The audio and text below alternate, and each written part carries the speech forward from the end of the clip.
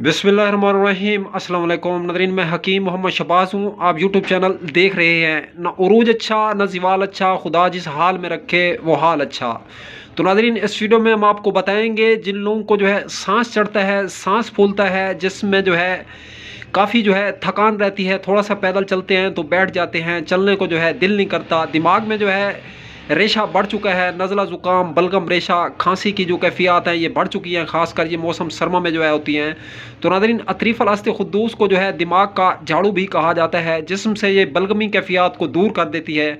आँखों में जो सुबह के टाइम जो है रेशा जमा होता है, सुबह जब उठता है बंदा तो उस रेशे को भी जो है ये ख़त्म करती है। तो नाज़रीन, अगर आप लोग जो है मुझसे बात करना चाहते हैं या आप मुझसे मिलना चाहते हैं पाकिस्तानी टाइम के मुताबिक सुबह 11 से लेकर शाम मगरिब तक, कॉन्टैक्ट नंबर 0309 990 2851।